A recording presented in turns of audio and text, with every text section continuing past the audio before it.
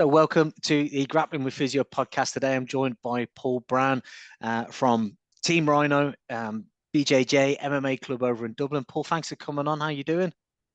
Oh, great, mate. Thanks for having me. No problem. So if I do a bit of a rundown, you are right. So let's do your CV. Paul is a BJJ black belt. Congratulations on that, because I think you got that last year, did you? Just before Christmas, yeah. Fantastic. BJJ black belt, a strength and conditioning coach in Dublin, and you run your own gym, strength and conditioning gym, yoga instructor, and also a combat sports commentator. Yeah, I'm busy.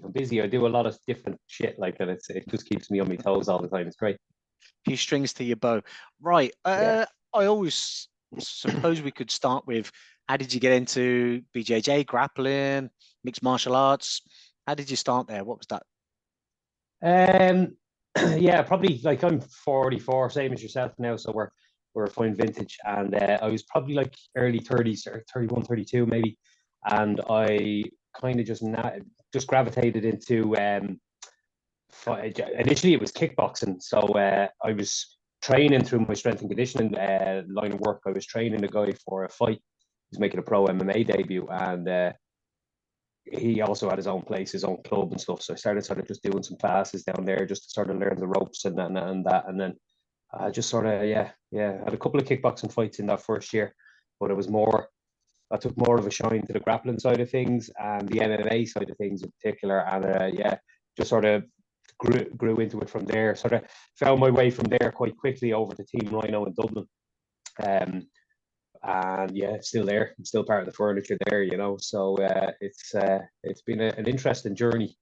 Like, life changes a lot in that sort of time span, but the one constant is that you have a place to go where you can have some fun with your friends, and you look forward to being there, and you're welcome in the door and stuff, and you meet lots of new people, you make loads of connections. So it's been a really interesting time, you know. Yeah, super. Well, fantastic. That's a good way, I suppose, of starting. How did you find? Because there's a saying, isn't there, that you don't really find BJJ, it finds you. How did you kind of come across Andy Ryan, Team Ryano? Well, the club that I was initially training in were an affiliate of Team Ryano. So we had sort of, one of the black belts there was coming down once a week and coaching us. So we were like just outside Dublin, and so there was a weekly jiu-jitsu class with Carl Roach there, and it was great fun, you know. And started through that, we started kind of popping up there occasionally to Team Ryano headquarters, and eventually I just made the decision. I was like, Anna, this is kind of where I need to be, because looking around at the level of, you've been in the place, the level of athlete and competitor in the place, the standard, the vibe in there is very unique, and I definitely, I kind of, I get along with that vibe. You know, we're a bit of a mad bunch, but I just like the whole aura of the place, and yeah, just never left. So still floating along there, and probably will be as long as my body will allow me to, you know. It's such an important aspect, I think, in your grappling journey, your BJJ journey, to find the right gym that matches you. And I can speak from experience. The place, obviously, where I started, which was Lions Gym in Coventry, is obviously not where I'm at now. I do go back there. I love the people and the place. I mean, the reason why I moved was, after a couple of years of training, there was quite a few people that I trained with. They started training in Birmingham, so Gracie Barra, Birmingham, which is Braulio Steamer's gym. And I saw these guys level up, times 10 within the space of 3 months. It became when we were all there's a certain level, like there was a group of us, a cohort that we kind of started within the same time frame. And they just seemed to like explode, in their ability, in their in their skill set, in their fitness. And it was quite, when they would come back to Lions, it was quite demoralizing. And then you would think, bloody hell. Now, what my brain didn't do was say, well, hang on, Paul, these are young 20-year-olds that don't have kids, don't have a full caseload, don't have a marriage and other responsibilities. To use the term, they are mat rats. They're there training all the time, constantly. So it's that equation of mat time equals, progression. brain never did that. And it was like, well, I want to be that good. I want to go there. So, and I thought that that was the key. I thought that was to get as close to the source as possible. You know, you go as high up the lineage as you can, or get as close to the source. And I thought getting as close to Braulio's gym would be the best thing for me. And then, so I made the jump left, and I went and joined that gym. And I was there about 8 months before COVID kicked in. And it was like, it was an additional drive, you know, getting from Coventry to Birmingham, but it was like a commitment, you know, I'll do it for a year and see how I get on. And as much as the gym is fantastic, I just didn't really settle there. Do you know what I mean? I always felt like a visitor kind of going in. And I think it's such an important piece of, you know, getting your journey right is finding a club where you can walk in any day of the week and just feel completely at home, completely relaxed, not worry about like who essentially is turning up, or and it should be home from home. Would you agree? Yeah, yeah, it definitely feels like that in Team Ryano for me. And like a conversation I've had with a few people recently about it is like in our place, obviously, we're very rough and ready, you know, with people from all walks of life, but like the vast majority of us come from like working class backgrounds. We've no airs or graces, and we just rip each other to shreds. And you'll spend that first year or two, and you won't be involved in that. Like you won't be getting the piss taken out of you. But then once that starts happening, you'll know you're part of the family. Then you'll know you're one of us. Yeah, yeah, And some people can't hack that, and you know it doesn't suit them, and that's fine. Like, but it's a kind of a sink or swim environment. You need a thick skin. You need to be able to take it, and yeah, you get pretty good at giving it back then over the years. So we have great fun, you know. But like that, you just go up there and you just feel at home once you've been there long enough, you know. And with any gym, you're either a fit there or you're not. It's not going to be for everyone, you know. We're kind of like if anyone is an old school football fan, you'll remember the crazy gang, the old Wimbledon team. We're kind of seen like that, seen as that equivalent in Irish MMA and jiu-jitsu circles. Like the Team Ryano WhatsApp group is where it's at. Like it's a dangerous place, you know. And we could never share screenshots of what goes on in there. Some people get an awful doing in there, but it's yeah, I wouldn't change it for the world. I travel around and I pop into other gyms with friends all over the country and all over the place. And I've been in gyms abroad, and I'll train now and again in gyms around the country here. And lots of friends welcome me into their gyms, but there's no place like home, you know. It really is cool. I mean, yeah, you've been, yeah. you know what the back is like. We're all a bit nuts in there, but it's Yeah, great fun. yeah. Well, I mean, I've been a couple of times because I try and get over to Dublin as much as possible because of family ties.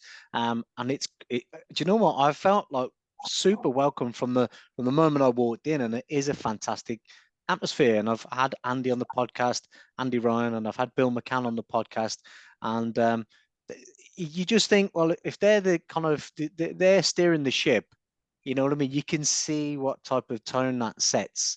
Um, you know, and what a wealth of experience, and that kind of, you know, success, all these cliches, success breeds success, iron sharpens iron. When you've got a couple of characters like that, well, especially Andy as well, you know, yeah, you can see why there's such a good vibe. Yeah, like I said, I'm sure you guys can switch on the professionalism, you know, and crank it up when you absolutely need to, which is fantastic. But it's a it's a very welcoming place, and I couldn't recommend it anymore for anybody that is traveling to Ireland. I kind of and I'm not bashing any one or any club or anything here, but I made the mistake a few years ago when I was over, and I was like, I'd love to go and train at SG Straight Bass Gym, SBG. And it was before they'd moved to, I think they call it the Monster now, is it? You know, the big, huge place. It was the one Mm. before that on, was it the Nace Road, the main road, The Long Mile Road, yeah. Long Mile Road.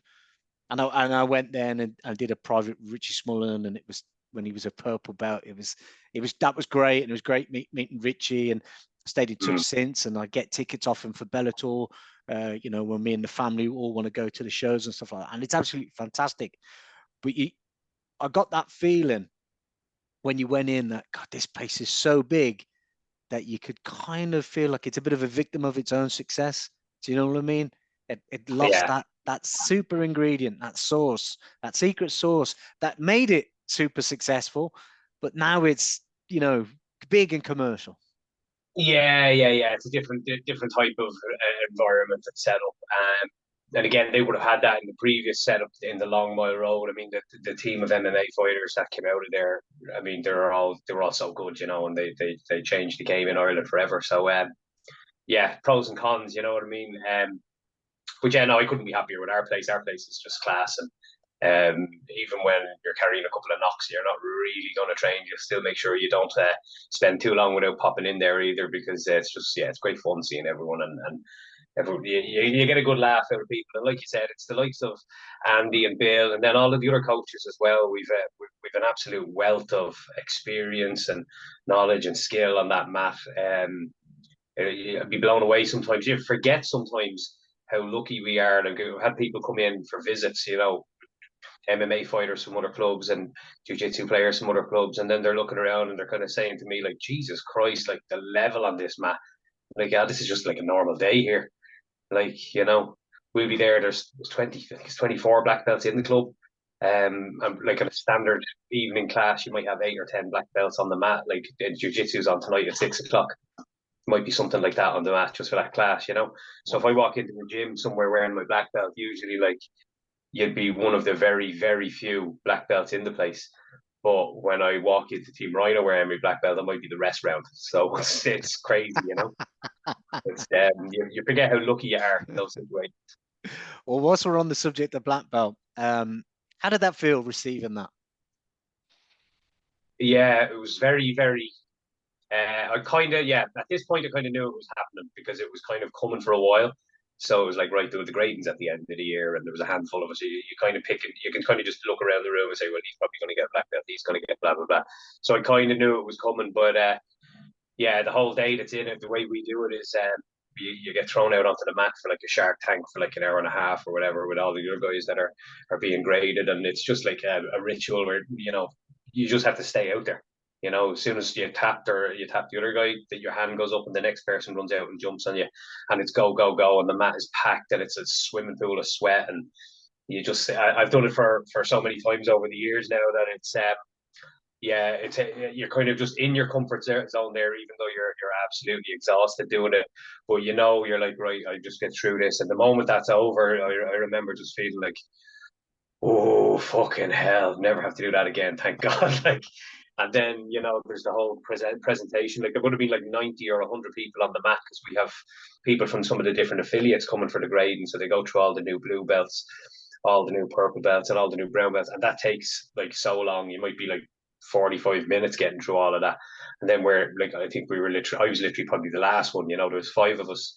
Bill got his black belt there just before me, and like, it was 5 of us got promoted, and it was, yeah, it's just class. Like, I tried to waffle my way through a speech. I forgot we'd have to do a speech, so I didn't have anything lined up. So I kind of just fumbled out a few words and that. But at that moment, I was truly exhausted. I have to say, you know, I was kind of just sitting against the wall and we're drenched in sweat. And I had a towel there, and there might have been a couple of tears going into the towel, but I was kind of just covered up, you know, cleaning myself up. But definitely felt it for a week. But yeah, I mean, just so lucky to. I think the gist of what I said in my speech was, you know, you turn up and you're one of the people on that side of the room, just looking around at like fucking 90 white belts, blue belts, purple belts, whatever. And then after a while, you're doing it so long that you're no longer one of the people that you're looking up to. You're one of the people that people are coming to for advice. And eventually you're like the people then that are standing around behind me. I'm looking around behind me, there's like 15 or 20 black belts behind me. And eventually you're going to join into that gang now, which I did that day. And, you know, there's a lot of people there that I would have been pestering with questions for years and years and years, and always going to for advice. So it was a really proud moment to sort of just move from that group into that group. And yeah, then that's just the next step, you know. It doesn't end there. It's about just keeping moving forwards. Then, you know, there's the jump of competing as a black belt then for the first time, and that was a great experience. And then there's going to be many more great experiences over the years to come, I'm sure, you know. I love what Chris Hoyter says, which is it's not who's best, it's who's left. Yeah, Bill actually said that in his speech right before I got my black belt. Yeah, he quoted that one. So yeah, it's a great quote. It is, isn't it? Because you can be so self-critical of where you think you're supposed to be, or and then the whole argument of "Oh, well, is the belt color important, etc." Well, of course it is, because it means something to some people, and it means a lot to everyone, and it's so hard. It's such a I know there's always the argument for, well, BJJ's been watered down over the years, but it's not like you get it in the post. Do you know what I mean? You don't tip Mhm. your cereal box over in the morning and it falls out of there. You've got to put some serious graft in, and some serious time on the mat. I mean, how long did it take you to get? How many years have you been training? Overall, it was something like 11 and a half, something like that. The first couple of years, I kind of bounced between MMA and jiu-jitsu, but kind of 8 years of kind of mostly jiu-jitsu. So I got injured when I was a blue belt, and I couldn't punch a bag anymore. So it's like, right, I'll just do jiu-jitsu from now on. I'll get kind of good at this. And at that point, I don't think I'd ever won a competition, but I was a blue belt, but like a very average blue belt. But then within a few months, I was winning jiu-jitsu tournaments, and that just snowballed. And so that kind of 8 years, the main focus has been jiu-jitsu. And I was kind of, I can't remember, did I allude to it in the sort of speech I made, but I was kind of saying, like, you kind of reach a point where the belt, you stop chasing that goal, reaching that next belt. You just focus on continually turning up and developing. And the main thing is being there for each other in the club and helping each other, rather than just focusing on you and your belt. You just forget all of that and be patient, and it'll come when it comes. You don't need to be. I talk to a lot of people who are like desperate to get their blue belt, or really want to get that purple belt. Like, wrong mindset entirely. Just get rid of that out of your mind. You're not, if you're doing everything just so you get the belt, what'll happen is you'll get your belt and then you'll be lost because you won't know what's next. And that's why you see so many people walking away, get a blue belt and quit. Or I know people that got their purple belt and just never really did it again. The day I got me purple belt, there was a guy in the change room got his purple belt, and he basically refused. I said, look, we'll have to break this in. We'll have to compete soon. Oh no, fuck that. I'm going to wait a year, and then I'm going to do it. I'm like, what? And he barely ever did jiu-jitsu again. Like, it's like clearly just waiting for that milestone of the belt. If you're just looking at that milestone, you'll be lost once you get it, once you get there, because you haven't thought any further ahead. Whereas the overall goal in any martial art should always be constant evolution and improvement. That's what you're there for. And the better, how this is, the better you are, the better you become, the more aware you become that, Jesus, I really know nothing here. Like, so I found that I'm training MMA and striking at the moment, and it's like that. It's like, oh wow, I'm learning, I'm picking up.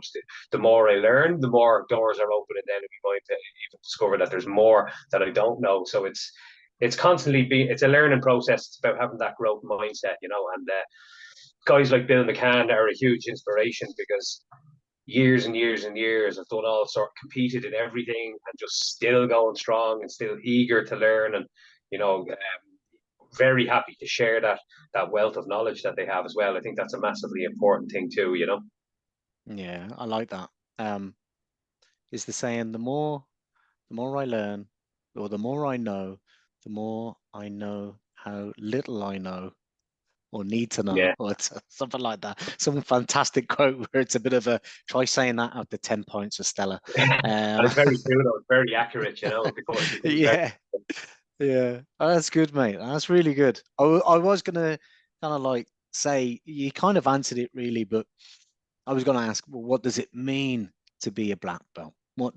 How is it kind of changed? You've kind of alluded to all of that, but yeah, I suppose we'll leave it at that. What does it mean to be a black belt to you now? Yeah, well, there's still that little bit of imposter syndrome, which I think everyone has in jiu-jitsu and combat sports in general. Like, my brown belt is still in my training bag, you know. I haven't reached that point where I just take that out and put it in the back of a cupboard somewhere. It's still there in the bottom of the bag. So I kind of feel a little bit more at ease now, having broken the black belt in competition, and had a handful of matches under my belt as a black belt now.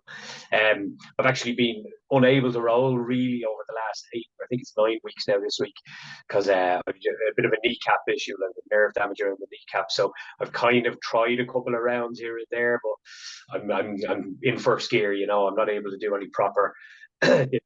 So down there tonight and I'll do the same thing. I'll do the bare minimum and move around and just test the knee out, but I won't be anywhere near competition pace. But yeah, it's a new beginning basically, because you're there's no going back. Once you get that belt promotion, you can't go backwards. So don't always be eager to get to that next step, because you want to make sure. Like I think I was in the mix a year before at the grading. I was being looked at for the black belt and didn't get it on the day. And do you know what?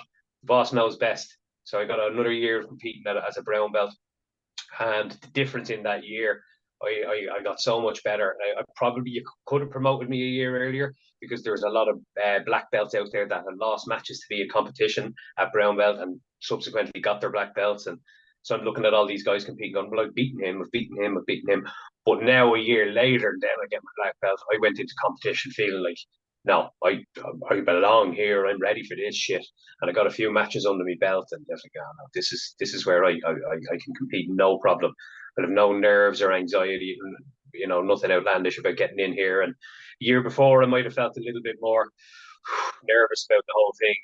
That imposter syndrome might have been stronger, but now I'm thinking, no. I've gone the hard road. My friend Paddy Houlihan said it to me.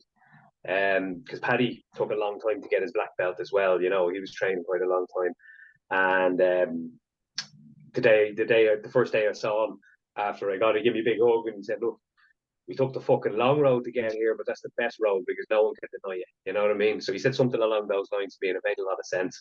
So from here on, it's just a new beginning, and it's going forward.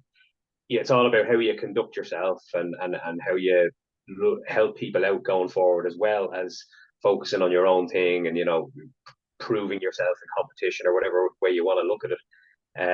Testing yourself maybe is a better way to look at that. But you've also got to be there to help people along the way when they need it.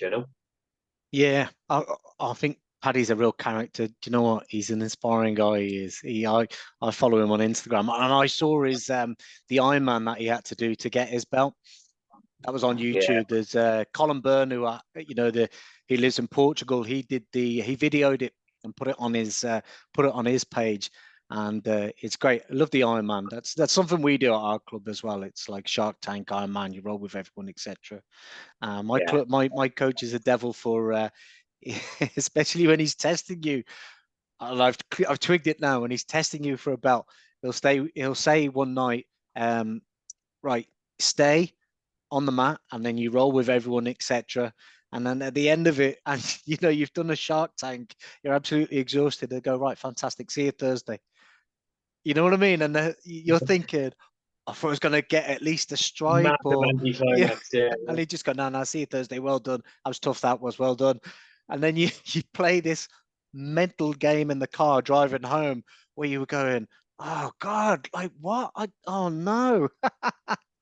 But yeah, listen, that's jits, isn't it? And that's the grappling game. Yeah, absolutely. So would you agree? Obviously, it carries a certain element of standard, being the standard, holding a high standard on the mat, and then obviously with your person, which is the bigger picture of martial arts, isn't it? It's Yeah, absolutely. I mean, you got to be, as Andy always says, if you're going to be a black belt, you kind of got to be able to roll with anyone and everyone and that kind of thing. Yeah, so it's important that you're able to hold your own, like you said, and you're not.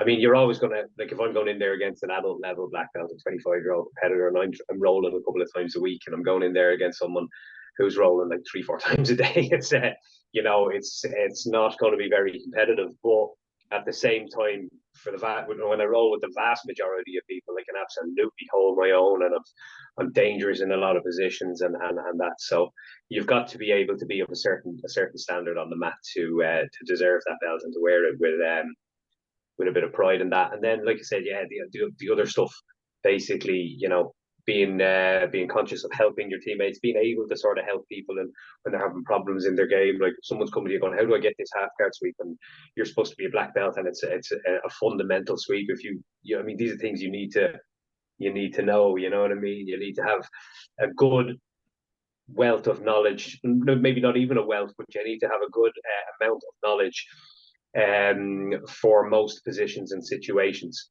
stuff that you can figure out. And it's your kind of your duty to be clued in on definitely all of the fundamentals and stuff, and then sure, look, you can always sprinkle in um, your own flavor Flair, into your game as well. Yeah, yeah, yeah. So flair and flavor, yeah, yeah. absolutely, yeah, yeah, yeah. Yeah. Like we all have things that we sort of gravitate towards as well, but definitely having a good fundamental understanding and all the basic principles of jiu-jitsu and things like that, and how to help people out when they are looking for a little help and a little advice is always very useful. Well, I mean, you mentioned like competition and especially competing at a black belt level. How important is it for you to compete? And you said that you didn't feel nervous going in as a black belt, but I mean, do you ever feel nervous at all? And if so, how do you kind of manage those nerves or those feelings? Always feel a bit. The butterflies are always there. The nerves are there. If they're not, it's a bad sign. You're not going to perform well. Do you know what I mean? But I've competed a lot, particularly blue, purple belt, and into brown belt as well. I competed a hell of a lot. I picked up a shoulder injury shortly after becoming a brown belt as well, so there was quite a break there in my competition schedule, but came back and got plenty of good matches and wins under the belt as a brown belt, which was really nice, particularly over that last year.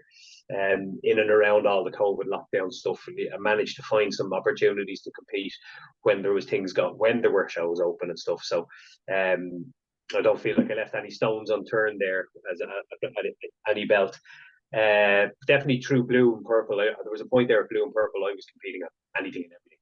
So I had no kids at that point, and it was like, right, well, this is going to be my thing now for the next couple of years, and I'll just compete most weekends if there's something on. So it was great to just rack up all that experience and figure out what works for you and all of that. And all of that experience is there.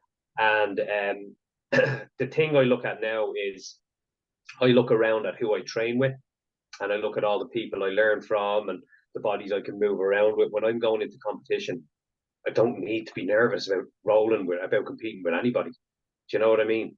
I look around at who I train with, and it's just like there's nobody out there on those competition mats that's going to be much more intimidating than some of the people in this training room. So why in hell would you be anxious about it? Go and enjoy the opportunity to test yourself, and like you won't always have those opportunities. Your body's going to start at some point saying no and taking those opportunities away from you. So be grateful that you have them. I was talking to a white belt recently who's anxious about competing against someone who beat them before. I'm like, no, do it again, keep doing it until you can beat that fucker, and then that'll show progress. Or even, that person beat you before, submitted you in like 2 minutes, right? Well, what happens if you go the distance and you narrowly lose a point? That's a massive improvement, and that's a huge feather in your cap. Things like that are hugely important. I don't know, did you meet James, the judo coach down in Team Ryano? No, not I yet. No, I no. was having a similar discussion with him only there a couple of weeks ago, saying, look, I competed against, there was a guy I competed against quite a lot when I was a blue belt, and he beat me like maybe 4 times in a row. And then I just kept competing against him until I started beating him a few times in a row. Like, right, well, there you go. That's Yeah, yeah, that's a testament to the work that yeah, you've been putting in. And he was yeah. saying the exact same thing. He was saying, yeah, well, I was turning up at like nationals and losing year in, year out, and then bang, I started winning it every year. So that's persistence. You should never be intimidated to compete at your weight class, your belt level, your age bracket, and go forward. I had a great opportunity there to compete. The last day I competed, I got 3 matches under the belt. My first day out at black belt, 3 absolute battles, weight class and absolute, and it was just like, yeah, let's have a go. Come on, go out there and try and rip the arm off someone, and yeah, they're doing it to me, and it was great for all of us, like master black belt division. Everyone's just so we all get on well. We're like, fuck it, we're all here for one reason. We're all here to try and get our hand raised, and that's it. Like, let's go and have some fun. So Yeah. really, really enjoyed the experience. I can't wait to do it again. That's good, mate. It's good. I think the more this goes back to kind of like Jeff Thompson's fear pyramid, because expose yourself, write down what you're afraid of, and then go and do it. You know what I mean? He started off with spiders. That was at the top of his pyramid, and then you get down to the real psychology. I'm afraid of being successful. What does that mean? Because if it means I'm successful, I'm actually good enough. I can be good at that. Then Jesus Christ, I'll be good at so many other different things. And who knows where that'll end? And that can itself can be quite fearful. I competed recently back in Feb for the first time in ages. And I was fearful going in because the last time I competed, which was a few years before that, and COVID obviously, delayed it as well. I got my wrist broke. I got caught with a wrist lock and it broke a bone in my hand. And I was like, Jesus, yeah, it was horrendous. And I was thinking, this is, and at that little, well, what if this happens? And then that spirals, and then it's so funny because in the warm up area, you start, especially at Masters 3, you kind of, it's probably him. He looks about the same age as me. And then this chap was like, all right, mate, what weight you could be? Yeah. Oh, me and you think we're in the same category. That's sound. We were stretching each other off. We were helping warming each other up, and then in a few minutes we were on the mat. But then it'd been all relaxed, thinking, "Well, there he is." Then when you walk up to the mat and everyone stood around and they're all watching you, God, the thoughts that were going through my head, and all I was thinking was, if only the fire alarm would go off in here. You know what I mean? Right, guys, mat's cancelled. I'd be like, "Fuck's sake, oh Jesus!" But inside in my head thinking, thank God. I was thinking, what if I walk on and trip on the mat and end up looking like a complete Egypt and doing a gambol? What if I walk on and my gi trousers fall down? What if I get struck? Stupid shit that you think, where's that coming from? And it's really, really weird because I used to get this when I was boxing. When I used to box, I used to throw up before a fight, get so nervous. I'd get one punch in the face and it was like a switch and then it changed. And then I would think, I'm not made out of glass. Let's get stuck in. Let's go get this guy. And it was the same with grappling. As soon as you grip up, it feels that way now. I've got to that point. I think as soon as you grip up, all things change. Yeah. Yeah, absolutely. Yeah. You just switch into your training takes over at that stage. Yeah. So the key to managing your nerves is to, well, you know what? I heard a great quote, and it was Chris Williamson on his podcast, but he was reciting, there was a quote by Alex Hermosi. It says, "You don't become confident by shouting affirmations in the mirror every morning. You become confident by having a stack of undeniable proof that you are who you say you are." So if you've been out there, you've put in those hard rounds with the right bodies, and you've pushed yourself, and you haven't avoided certain people when you're rolling, and you've picked the right people to train with. You've tested yourself, taken the hard rounds, and you've got yourself in good shape. You'll turn up on the day and you'll be nervous, and the butterflies, and that little fucking voice will be in your head. Oh gee. Sorry about that, Paul. Technical difficulties. As you were saying, that little voice inside your head. Yeah, so sorry, I'm just trying to fix my phone here. It's sliding off its position here. But yeah, that little voice inside your head will be there, but you'll be able to just remain calm and composed in the knowledge that you have put in the work and you've done all the right things, and you're well prepared. Trust inside. You got to trust in your preparations, and once you've done that, once you've learned everything you need to learn, you've prepared the body physically. As soon as you grip up, you'll automatically fall back on that. You just go to your best shit. Don't focus on what the other person's going to do, because that's out of your control. All you can do is focus. Oh, Paul, hang on a second there, mate.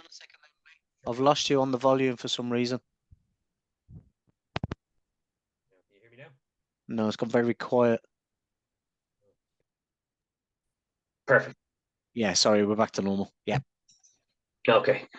Yeah, so where were we? Yeah, so it was just basically, what we'd both said is the more you expose yourself, the more you realize and take confidence from everyone that you train with, that essentially, although you get that internal monologue, that little narrative of fear trying to take control of you and saying, be scared, don't do this, take the easy way out. You can kind of stem a little bit and go, there's nothing here that I've not dealt with before. And I can kind of like face my demons and overcome all of this. I think grappling and competing is a great way of doing that, especially on the run up to a competition. Like you said, make it a habit of picking the worst roles or the hardest roles and don't avoid them. You know what I mean? Those people that stretch you that little bit further, those people with the most immense top game pressure, seek them out and see how you can get on. Yeah, I'm lucky in that I've got black belts around my size in the gym, which is just brilliant, you know. So I can make sure, like my best mate who started training jiu-jitsu with me all those years ago in that same place, we're both black belts now and we're the same age and the same size. So Brilliant. even over lockdown, like what a training partner I had, you know what I mean? So we we always get training in together, and there's certain days I go down there, like one day the daytime session I go down there. The guys there are all bigger than me. There's a lot of guys in the 90 to 100 kilo sort of range. But then I'm getting comfortable rolling with those guys all the time and having really good rounds with them, not shying away from it. So then when I go and I do the absolute division, like I got a win over a guy that was in and around that weight the last time at black belt, 10 years younger than me and probably 20 something kilos heavier than me. Wow. So I just wasn't daunted by the prospect of going in and competing against someone like I do that every week. So why would I be daunted by it now? Let's go and try and take his arm off. Yeah. So Yeah. it's important to, like you said, constantly expose yourself to challenges so that you become better at facing those challenges. Yeah, I mean, the bigger picture is this, you know, it is a martial art, and it was born out of self-defense. You know, in that situation, you're not going to stop someone and say, can I just check your weight? And would you be in the Masters 3 category by any chance? You know, you're Mm. not, you're going to react to that situation. Isn't that the whole point of it? Um, Yeah. so let's kind of move on to the commentating. How did you get into that? All right. I'm doing it just over a year. Would have been early last year I started it, and I've spent a few years officiating, so refing and judging on MMA events, quite a few years. So built up a lot of experience. So I'm used to just kind of working in cage side at a lot of the domestic events here in Ireland and that. So great experience. Really enjoyed it. But I got my friend was running a grappling event early last year, and I was initially scheduled to compete on it, and it was a precursor to a big MMA event. So it was in the cage, all the matches, and it was run through the afternoon. And then the MMA event was on in the evening, big venue. So lots of names on the card. And then my match fell through. So he said to me, would you come up and commentate? We're doing a live stream. And I said, yeah, brilliant. Yeah, I'd love to do that. So did it and turned up well prepared and enjoyed the whole experience, did an all right job at it. And was getting like plenty of like plaudits after. Jesus, you did that really well. And I was thinking like, fuck it, I'd love to do that more of that. But I am more of a fan of MMA than I am of jiu-jitsu. So if I'm commentating on jiu-jitsu matches, great, I'm into it. But if there's one on, I can't passively watch it. I just don't have the attention span. I think there's a bit of ADHD going on there. But MMA and stuff, I just find myself just glued to the intricacies of like the footwork and things like that, all the different disciplines at play. I love all of that. So I was thinking in my head at the time, Jesus, I'd love to commentate on MMA. But there's guys in place here doing those jobs here, who I would know very well from working on the same shows as. So a week later, I found out one of the guys was walking away from the job for various reasons, family reasons and whatnot, and you know, just being too busy to keep up with it. So there was an opportunity just popped right into my lap. So I just messaged a good handful of promoters of MMA events, and I said, "Hey, I'll do that job for you going forward if you want." They were like, "Yeah, yeah, let's do it." So yeah, so it's just kind of grown wings a little bit. I've been very, very busy over the last year with it, flat out really. And I'm on 90 something percent of the domestic MMA events here in Ireland. There's like one or two shows I haven't worked with, but every other show I've been on. So it's been great fun, yeah. Getting to know a lot of the fighters, getting to see them up close and sort of follow their journey, and then be a little part of it there. So you're the one kind of breaking down the action and describing painting the picture of what's going on for all the viewers who are watching and things like that. So it's a nice, very privileged now to be in that position because I just thoroughly enjoy it. Like I was down in Cork there 2 nights ago and working on a good show and just had great fun. You know, you get to travel around the country a little bit, but it's really great experience. You know, loving it so Brilliant. far. Yeah, good. Has it kind of, I suppose if you're looking at it so intricately, has it changed your kind of way you roll, or has it made you reflect upon your own kind of like, yeah, Definitely, your own yeah, skill yeah. set? Yeah. Yeah. Yeah, Bill McCann said it to me when I first started last year. He said that doing this job will make, I guarantee you, this will actually make you a lot better. And absolutely it has, because you're watching more intricately what's actually working for people and why it's working in certain situations, and you're watching back fights to sort of see what people are good at, and then I also just went back to training striking because I was kind of commentating on some fights and I was feeling a little bit of like I did strike years ago and had a couple of fights and that, but it had been a long time, and I was like, Jesus, I kind of yeah, I'd really like to be doing a little bit of this. So I threw my gloves on, went sparring one day, and I felt like a fish out of water. I was like, it's been so long. I feel like I've never done this in my life. I feel clumsy, blah blah blah. So, Yeah. so now I've just started doing that regularly, training striking regularly. I am hooked up with a really good Muay Thai coach here that I go to once a week, and I spar kind of most weeks in Team Ryano, and just to be basically, I lack that. I don't want that imposter syndrome where I'm talking about people getting punched in the face and not getting punched in the face, or not. I mean, I'm not taking any damage. We don't spar like that. It's all very technical and skill based. But I do like the idea of, or I feel better. I feel more comfortable putting myself in those situations. You know, pinned against the fence. What works for you here? What doesn't? Why doesn't it work? Trying to figure things out and then playing with that, and trying to work with, you're on the ground and strikes are now involved. So I feel more comfortable commentating on it and breaking down the action when I'm actually able to do it myself, walking the walk as well as talking the talk. So yeah, finding that whole that feels like I've kind of gone back to being a white belt, and then I've started, developing really well and quite quickly, and really learning a lot, all the time, constantly. So I'm kind of obsessed with striking combinations and setups and stuff now, more so than I am watching jiu-jitsu technique videos these days. So another kind of curve on the ever evolving roadmap of this martial arts journey, but it's been really interesting so far. Yeah, Ah, and good for you, mate. love sitting in the hot seat, with a headset on, and being able to impart little bits of knowledge that I've picked up over the years. Like I had a good chat with Bill McCann a couple of weeks back about so one of the MMA journalists over here was asking me the difference between certain body lock throws. So I kind of sent him back and right, well, this is called an uchi, this is called a Yokoguruma, blah blah blah. And then I get back to Bill McCann. Did I get these ones right? Yes. And then we have a good discussion about the difference between the Uchimata and the Haragoshi. And then just something like just gone, guy gets fucking Harigashi'd across the cage. Well, that's a Harigashi for starters, because he stepped across the hip and he's thrown him forward. So it's nice to be in a position where you know all of this. Like there was a modified mirror lock submission in the cage the other night, and I got to call it as a modified mirror lock. It was a mixture between a mirror lock and a straight armbar. Right. So it's nice to be in a position where I know what these are. Like we had a Tarico Plata in December in the cage here in Dublin as well, and I'm on commentary, so I was like, oh, that's a Tarico Plata. That's the submission invented by Tariq Hopstock. For all the jiu-jitsu nerds out there, it's a modified omoplata, and it's nice to be in a position where all those years of learning and being surrounded by amazing coaches, it's actually coming in useful for once.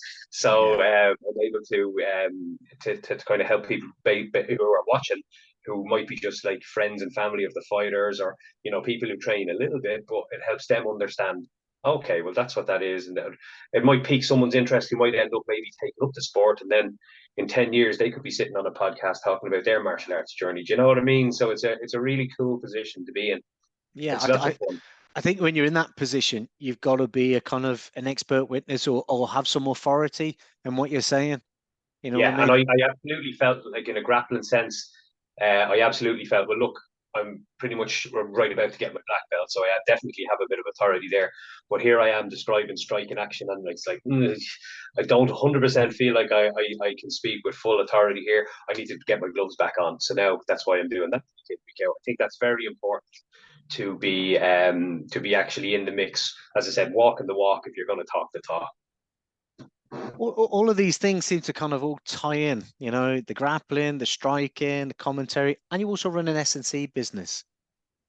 Yeah. So let's talk a little bit about that. Have you got your own unit that you work out of, and where, if so, whereabouts is it?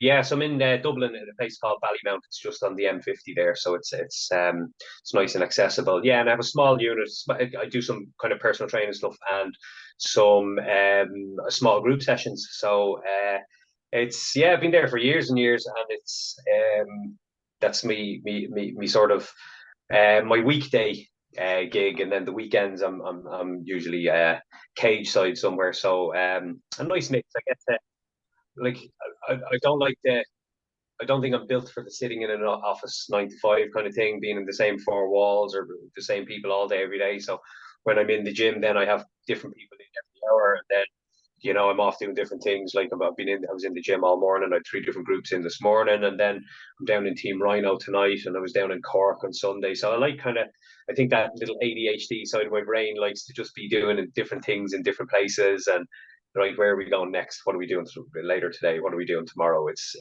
always a little bit different, so it keeps my weeks interesting. How did you get into S&C, Paul?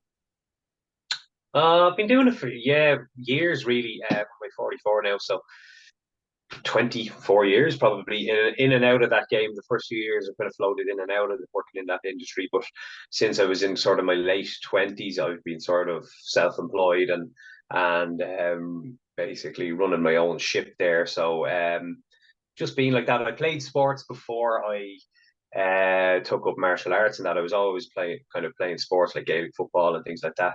So training, looking after the body, that kind of thing always was a big thing with me. And I've always been lifting weights and whatnot. And then obviously as you get older, you're trying to compete in jiu-jitsu. As you're kind of getting that little bit older, you start to learn a lot more about how to manage that mileage on the clock. So my strength and conditioning programming and things like that would always be primarily based on helping people move properly, fixing little issues that they have, and focusing a lot more on performance over aesthetics. So helping people get in shape, lose weight, and all that. But that's all a byproduct of basically making sure that everything's in working order and their bodies work correctly, and mitigating whatever issues people are going to have. So I would definitely focus a lot on that. I've worked a lot with older jiu-jitsu athletes over the years as well, which is a big thing. Pre-COVID in particular, I used to do online training camps for big IBJJF comps for like Masters Europeans and things like that. I'd get to work with a lot of guys on just their strength conditioning programming and stuff like that. So since the kids came along, I haven't had as much sort of time to play as many strings on the bow as I can. But it's an interesting line of work for me now. I love that. I love being able to help people, and I've always been a big advocate of being strong and being fit and being mobile. It's no matter what your walk of life, it's an important thing to do for longevity and that. Yeah, I think it's really important, especially the older you are when you start training, you can get kind of drawn in. The ego can kind of take over, and you're at risk of overtraining and developing an injury. And I would say the more you do grappling and the more you do any sort of combat sport or contact sport, it's not a case of if I get injury, it's when you get an injury. When I get injured, how will I manage this? How will I be able to return to function and return to sport as fast as possible? I mean, that's kind of like one of my key things when I'm working with patients is getting them back to the mat correctly, like, and saying, well, you can go back to the mat, and can you get on your back? Yeah. Can you bridge? Yeah. Okay. Well, can you put a bit of rotation in? And can you shrimp? Yeah, I can. Yeah. Well, fantastic. Let's start there. And let's build up your recovery process, but not let's do it in the gym where you love going. Yeah, but I can't do a class. Yeah, but you're not ready for a class, but you can still go back to the gym, and you can still get all the positives, both physically, mentally, from going back to that place that you love. We just need to tweak the ingredients a little bit different for you and make it a little bit more applicable. And I think that's one of the kind of like the most important things. And I like that. I like what you said there in regards to function and a function over aesthetics. There's too much of that bullshit about, to be honest with you. And it should be kind of function and strength over what do I look like. Yeah. Well, how good Yeah, are you? How good are you at getting from a standing position to down on the floor? What path do you take? Do you take the path of least resistance, or do you make a real pig's ear out of it? How efficient are you at doing or completing that movement? Or we can see that there's some issues there, right? Let's try and change it up. Let's try and make it a little bit better. All these things definitely are going to help you further on down the line. I think there's a big risk the older you are. Not that I want to be ageist or be accused of being ageist, but I think the older you are and the more you're involved in this sport, especially jiu-jitsu and grappling, you need to kind of realign your goals. What do I want to get out of this? What's my goal for the next 6 months? What's my goal for the next year? Once you understand your goal or the bigger picture, that'll dictate how you train, how often you train, how regularly you train, what intensity you train at. If in 6 months your goal is to compete, then obviously you need to make adaptations to your training in that particular time frame. So you might need to step it up. You might need to increase your cardio. You might need to do additional complementary strength and conditioning, including compound movements. Okay. Basic fundamentals to movement and weightlifting and isometric strength training that you apply. You need to do that as well as your grappling. And you need to be able to put in recovery days as well, because you're not going to recover in your 40s the way you did when you're in your 20s. That's a fact. Amen. Yeah, that is Absolutely. a fact. And you need to get used to understanding this and get to grips with the fact that as hard as I train, I now need to do other stuff to counteract that. So I'm better. I interviewed Legato a few years ago. I went down to London and he told me this was right before he was diagnosed with cancer, and he was saying like he was competing a lot before he competed in the Copa America. He was competing every day, sometimes training twice, 3 times a day. And he said some of these older guys would come into the gym and they were only training 2, 3 times a week, and they were passing him. They were outshining him basically on the mat, and he used to frustrate the hell out of him, and he couldn't understand it. And he said, he had a chat with his coach, and his coach was like, "No, Legato, you need to slow down. You need to absorb some of the stuff that you're getting. It's not about quantity, it's about the quality of the training that you get." So it's Yeah. great when I speak to someone like yourself, very like-minded in that way of thinking, and maybe there's a bit of the Irish in there. Slow down, chill, you'll get there eventually. Yeah. Well, my plan or my goal is like I love going to jujitsu and playing a bit of jujitsu with my mates and stuff. Like I'm 44, I want to be able to do it in 15 or 20 years and not be done by the time I'm like 47 or something. Do you know what I mean? Just because my body is just too broken or too damaged and that. So having racked up quite a lot of mileage on the body in competition over the last few years, and then you feel the wear and tear and whatnot. I've definitely adjusted how I train. The sheer volume of training has dipped. I still train most days, but I don't roll most days.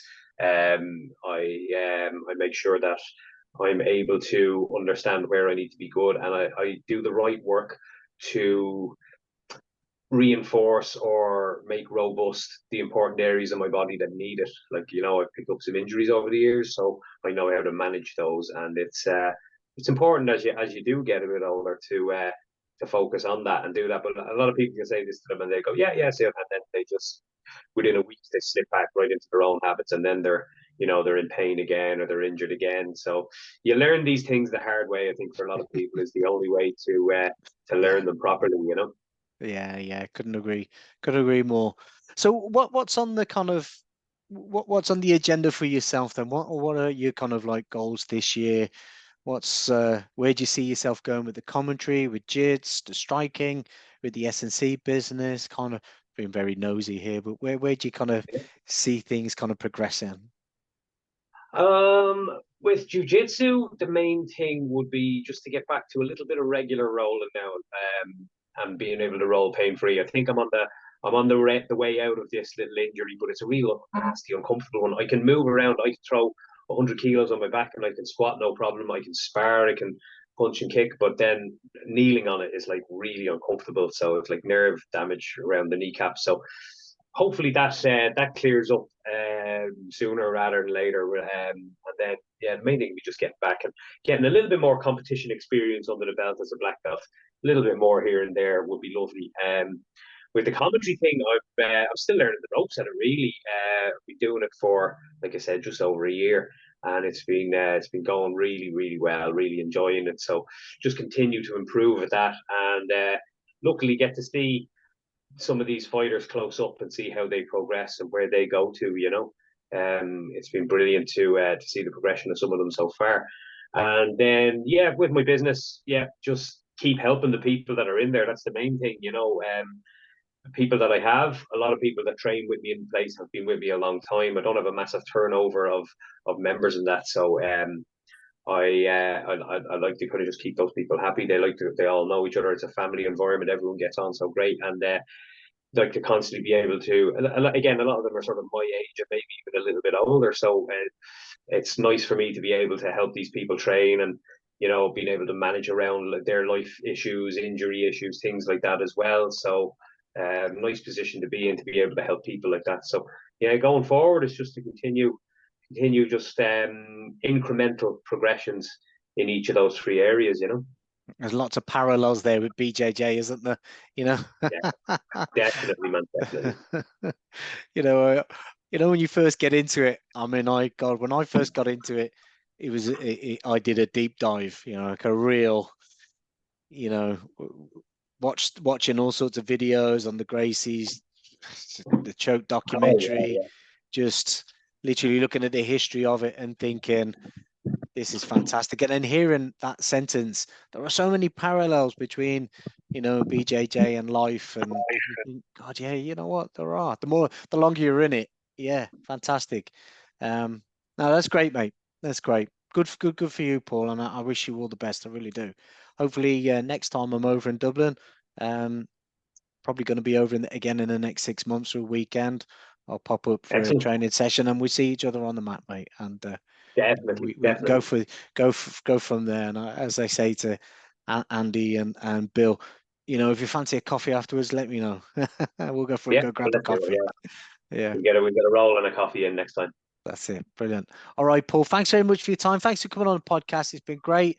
And what I'll do is I'll put links to your S&C and your Instagram on the video on YouTube, and then anyone that wants to reach out to you in Dublin, hopefully, you never know. I'm not saying I've got that much of a following, but you got to start off somewhere, and they can check out this podcast and hopefully get something from it. It's been great talking to you, mate. Thanks very much for your time.